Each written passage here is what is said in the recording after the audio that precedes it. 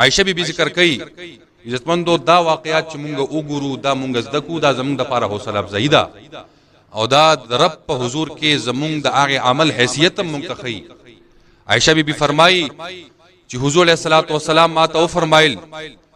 چې پدی یوم النحر باندې د غټ اختر ورځ باندې چې کله یو مسلمان ساروی ذبح کوي د هغه ساروی د ذبح کېدو نه چې کومه وینه خارجيږي اگر رستو زمکه لذي مخکې د الله په حضور کې قبليږي. واصحابه اجمعين. قال الله تعالى في القرآن الكريم فصل لربك وانحر. وأيضا قال الله تعالى في القرآن الكريم لن ينال الله لحومها ولا دماؤها ولكن يناله التقوى منكم.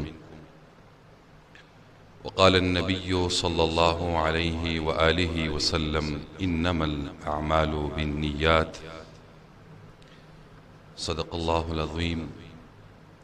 وصدق رسوله النبي الكريم الأمين.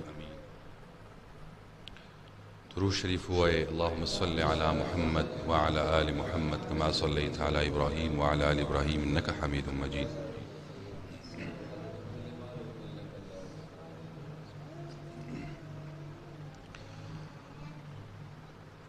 د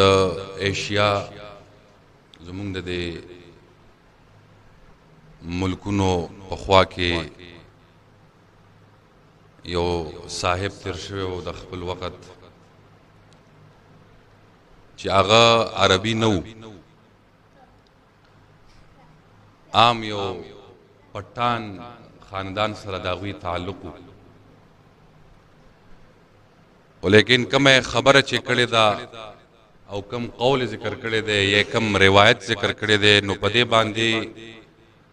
صدی گواه ده چې د اهل عرب علما هغوی ته حیران پاتې شوي دي. او هغه امام چې دی عزتمندو هغه امام الشاه احمد رضا خان فاضلي بریلوي رحمت الله علیه دی.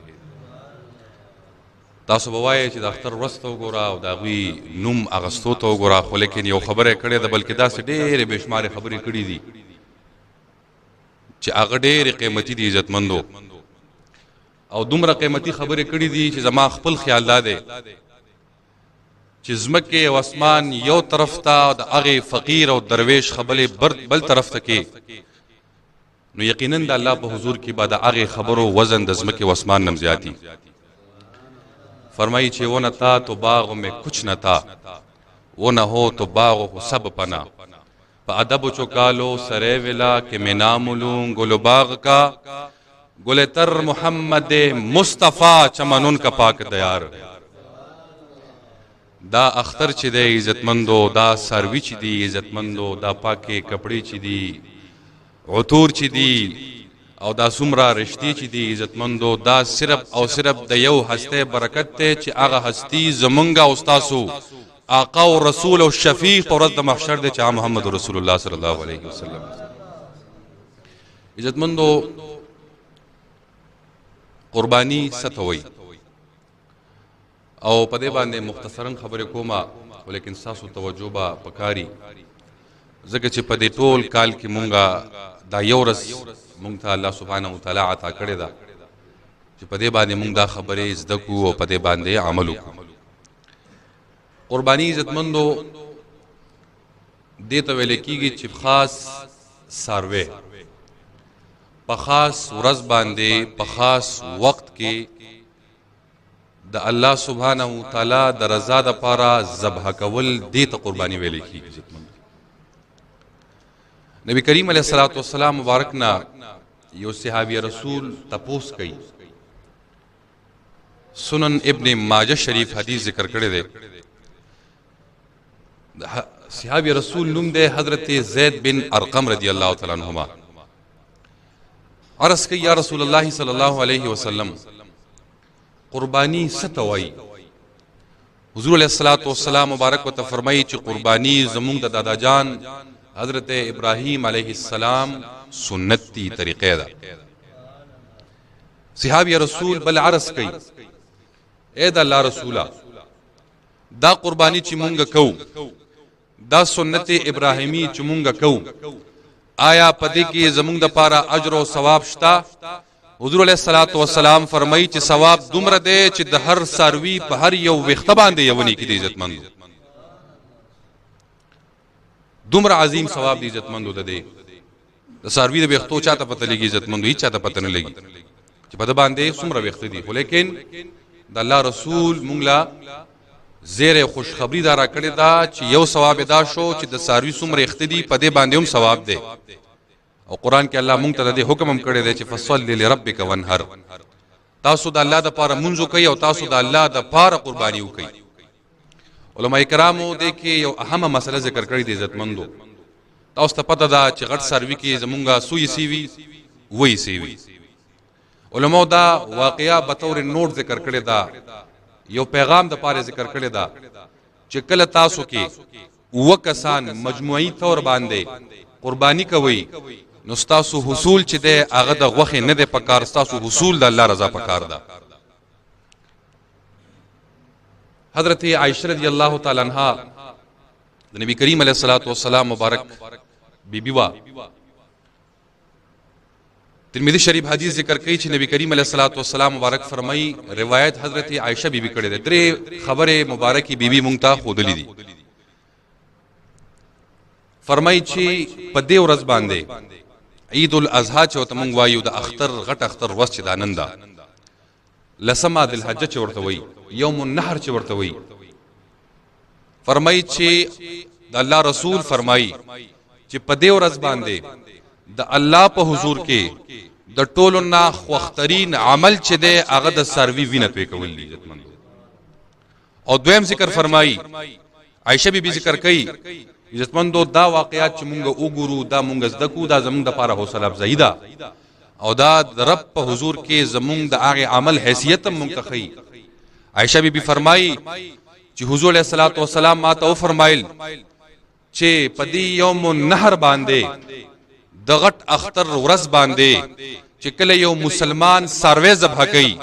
د هغه ساروی د ذبح کېدو نه چې کومه وینه خارجيږي اگر رستو زمکه لذي مخکې د الله په حضور کې قبليږي عزتمندو.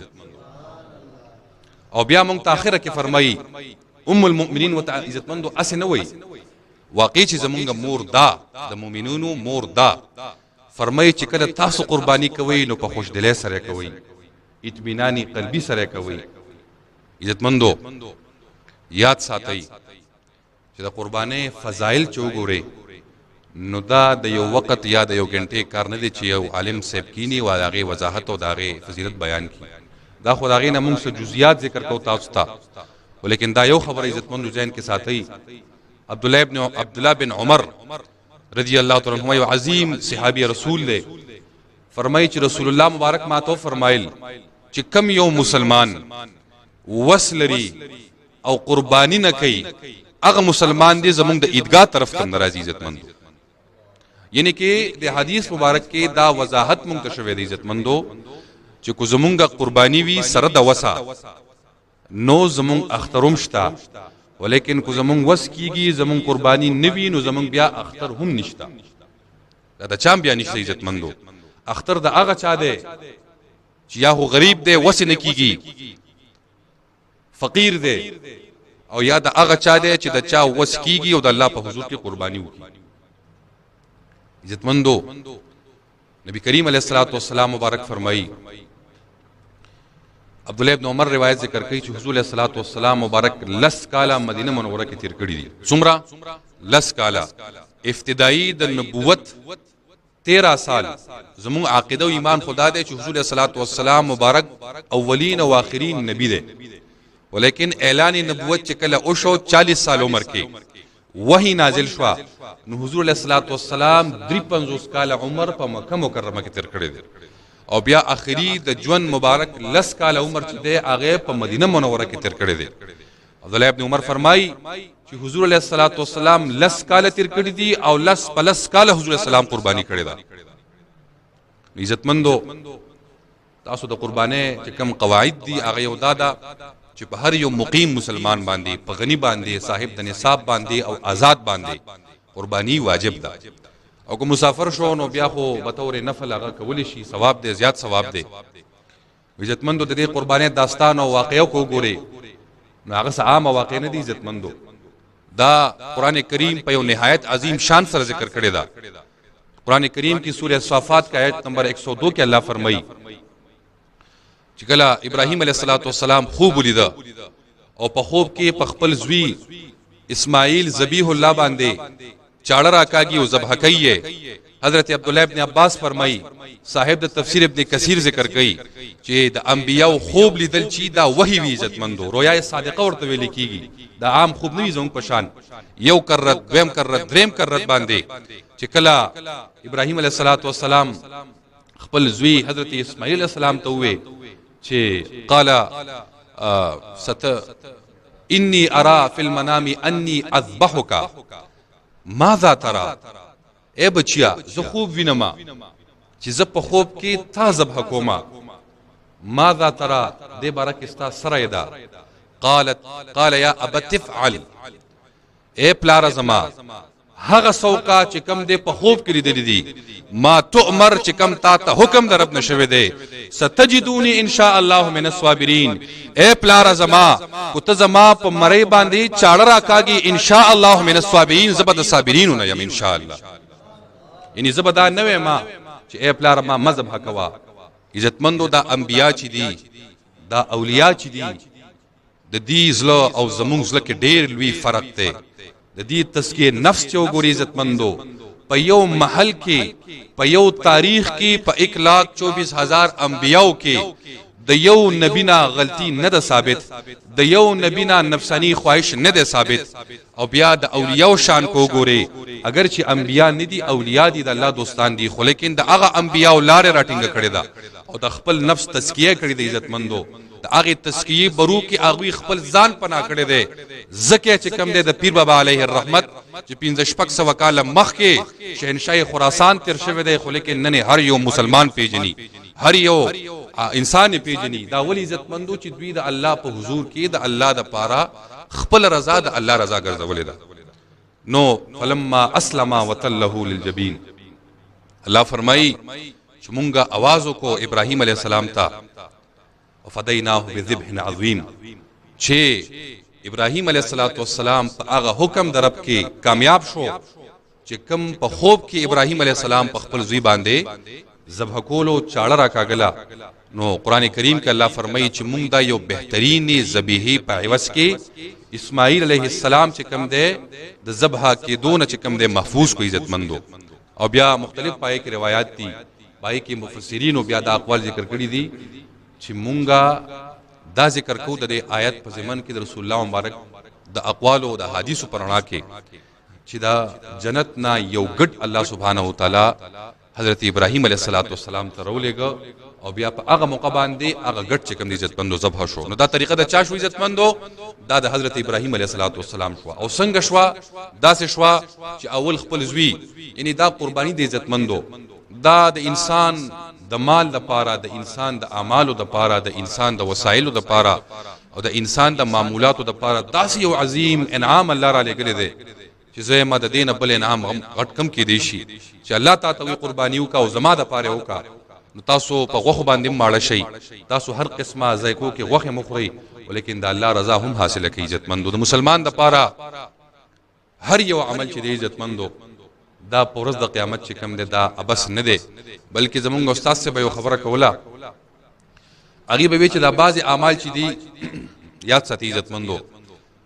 د دې صله الله پاک مسلمان لا په دنیا باندې ورکي، خو لیکن د ټولو اعمالو صله په آخرت باندې یقیني شتا په هغه ځای کې چې هر طرف ته تورې تیری وي. ولیکن زمونږ قربانی کو ګوري، کو زمونږ نیک اعمال ګوري، کو د والدینو سره حسن سلوک ګوري، کو د یار دوست تپوس پختنه ګوري، داغه اجر او ثواب شته عزتمندو. کرامن کاتبین شتا د یو مرحله گواهان شته د الله په حضور کې چې ورته وایي چې یا الله دې بنده چې کوم دی مقروض مو صاحب د نصاب خدای خو لیکن مقروض مو خو لیکن قرباني یې کړې ده یا الله دې بنده چې کوم دی په خپل تنگ دستیا کې قرباني کړې ده چې حکومت ورته پېټرول ډېر زیات ګران کړیو هر قسمه اشیاء ورته ګران کړیو لیکن د خپل کوشش کړې ده الله تعالی علم شته عزتمند خو لیکن دا کرامن کاتبین چې دي در دنیا یو اصول دی الله پاک قائم کړی دي چې دا به زمونږ نیک اعمال هم لیکي او زمونږ بد اعمال هم لیکي عزتمندو دا عام قرباني نه ده نه یو نفل دی بلکې دا واجب دی په هغه چا باندې چې په چا باندې صدقه فطر واجب ده لہذا چا چې قرباني کړی وي الله سبحانه وتعالی دې د هغې د اموالو د پاره د هغې د اعمالو د پاره د هغې د اجسادو د پاره چې کوم مفاد دي کوم حیات دي په دنیا او آخرت باندې عظیمه ذخیره وګرځوي ولیکن دا یو خبره ما کوله یو هغه انسان چې په چا باندې په دنیا کې یو ډېر عظیم مصیبت راغلی دا یاد ساتي دا د الله قانون دی نو دا یاد ساتي چې په چا باندې غټ غم راغلی وي په دنیا کې په آخرت باندې خو ثواب شته خو لیکن په ژوند کې به الله خامخا لازمي دومره دله د دنیا هغه مزه او د دنیا هغه سهولیات او انعامات ورکوي عزتمندو چې دنه به هغه غم انشاءالله یریږي داسې کو ګوري ابراهیم علیه السلام باندې د دې نه مخکې چې کوم یو عظیم امتحانو د الله سبحانه وتعالی د طرف نه چې لاړ شه ابراهیمه بیت العتیق یعنی بیت الله ته لاړ شه هغه ټیم خو بیت الله نو موږ چې تاویږو دا عمره کو دا حج کو دا هغه ټیم نو عزتمندو دا ابراهیم علیه السلام تعمیر کړی د الله په حکم باندې دا مسجد الحرام چې ورته موږ وایو په مکه مکرمه کې واقع دی ابراهیم علیه السلام چې کوم دی دا مقام دا ځای دا تعمیر کړی دی او چې کله لاړو عزتمندو صاحب د تفسیر ابن کثیر ذکر کوي چې ډیر لږ شان سامان چې کوم دی بی هاجرې سره او اسماعیل ذبیح الله علیه السلام سره پاتې شو حضرت ابراهیم علیه السلام په یو دشتو لق دق صحرا کې دا خپل بیبي او دا خپل بچي چې کشر بچي دی دا یې پرېخوستو په دغه لق دق صحرا کې هر طرف ته غرونه او مبارک ابراهیم علیه السلام چې کوم دی واپس د فلسطین طرف ته روان شو بیبي هاجره ورته وی یا ابراهیم علیه السلام تاسو مونږ چاته پرېږدئ ابراهیم علیه السلام دغه دوران کې کلام نه کو د الله د امورو نه یو امر نو حضرت هاجره ورته عرض کوي چې ابراهیم علیه السلام تاسو مونږ چرته پرېږدئ آیا دا د الله طرف نه امتحان دی تا ته الله فرمایلی دی چې خپل بچی او خپل کور والا بوزا خپل بیبي بوزا حضرت هاجره بوزا او الته کې په دغه لق دق صحرا کې پرېږده آیا دا امر د الله دی ابراهیم علیه السلام مبارک ورته په یو اشاره باندې هغه تصدیق وکړو چې او دا امر د الله دی هغه تکلیف چې تیر شو عزتمندو په یو نبی الله باندې د هغې ثمره څه د عزتمندو د هغې ثمره خو ډېره زیاته ده بلکې ثمرات ډېر زیات دي ولیکن یو عظیم انعام کو ګوري یو عظیم چشمه کو ګوري یو عظیم معجزه کو ګوري او یو عظیم انعام او بمثل انعام کو ګوري هغه دا دی چې د حضرت اسماعیل علیه السلام د پوند مبارک نه د لته مبارک نه داسې یو چینه الله قائم کړی دا چې د قیامت پورې به هغه چینه جاری وي چې هغې ته آب زمزم ویل کېږي عزتمندو دا مونږ ته الله پاک د انبیاء تعلیماتو کې د صحابه کرامو تعلیماتو کې د اولیاء کرامو تعلیماتو کې دا تسلی راکوي چې د هر یو عمل جزا شته د هر یو عمل سزام شته ولیکن چې په دنیا کې داسې یو مصیبت په چا باندې راشي ازمیخ راشي امتحان راشي عزتمندو آخرت کې خو هغه برخه هغه جزا یقیني ده ولیکن په دنیا باندې الله سبحانه وتعالی دته جلکې د هغه انعامات ورکوي چې په هغې باندې د دې بنده مؤمن مسلمان دا زړه چې کوم دی عزتمندو یخشي الله سبحانه وتعالی دې زمونږه دا قربانه زمونږه دا سعی زمونږ دا کوششونه قبول او منظور کی دعا کوي عرفات کې چې کوم حاجیان صاحبان پرون یوم عرفه وا هغې سعی کړي دي کوششونه کړي دي الله سبحانه وتعالی دې د هغې سعی کوششونه په خپل عظیم دربار باندې قبول او منظور کی عزتمندو د چا چې د حج خواهش ته وسی نشته انکه حالات ډیر زیات مشکل دي هر طرف ته د هر یو مسلمان صاحب د نصاب یو خواهشي چې زه حج وکما لیکن حالات داسې دي چې پای کې ډیره تنگ دستیا ده لیکن حضور اسلام فرمایي چې کو چېرې تاسو کې څوک حج اراده کوي فرضي حج نو بیا تاسو له پکار دي چې دغه حج چې کوم دی تاسو مخکې وکړئ او دې حدیث مبارک تاسو وګورئ د نن 4-5 کاله مخکې به 4-5 لک روپۍ باندې حج کېده او بیا د هغې نه مخکې په 2 لکه 2.5 لکه بیا د هغې نه مخکې په 1.5 لک باندې به کېده اوس څومره کېږي اوس 12-13 لک روپۍ په حج باندې خرچه ده نو د حدیث مبارک کې مونږ ته د خرچي ذکر نه دی شوی خو لیکن دا یو خبره نبی اسلام مبارک مونږ ته اشارتن ذکر کړی دا چې کوچري مونږه حج اراده کوو نو مونږ له پکار دی چې په صحیح جسم کې وکړو په نوجوانۍ کې وکړو په قوت کې وکړو په مال کې وکړو هغه لټکول نه دي پکار لہذا چې حجونه نه دي کړي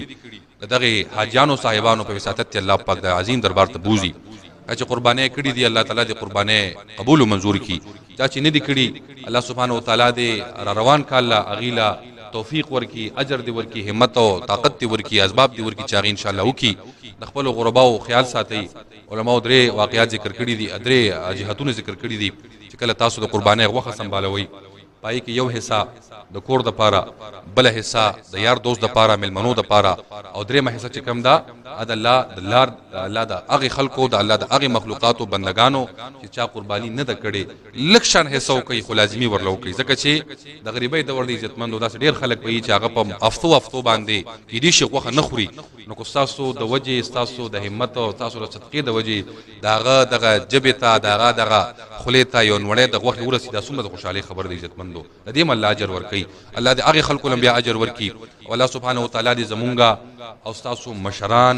زمونږه والدین زمونږه ترونه زمونږه احباب زمونږه کوروالا زمونږه مشران کشران زمونږه خويندې میندې د چا څه قسمه خواهشات دي ضرورت دي اصول او پرانا شریعت الله پاک حل کی قبول او منظور دي کی چا څه قسمه مسائل دي الله دې د خپل عظیم دربار نه قبول او منظور کی او د حل د الله مونږ راکي زمونږ والدین الله زمونږ مشران الله عمر حضری ورکی په هر قدم په هر یو صاحب باندې د الله هدایت او عافیت او سلامتی ورکی الله دې عزتونه مونږ راکي الله دې مونږ ته عافیت نصیب کی اللهم اعنا على ذکرک وشکرک وحسن عبادتک یا مقلب القلوب چې کم ټایم کې زمونږه هغه وخت مقرره وي په هغه ټایم کې زمونږه په دې جبه باندې زمونږ په روح باندې زمونږ په قلب باندې دا کلمه د شهادت جاری کی چې اشهد ان لا اله الا الله واشهد ان محمدا عبده ورسوله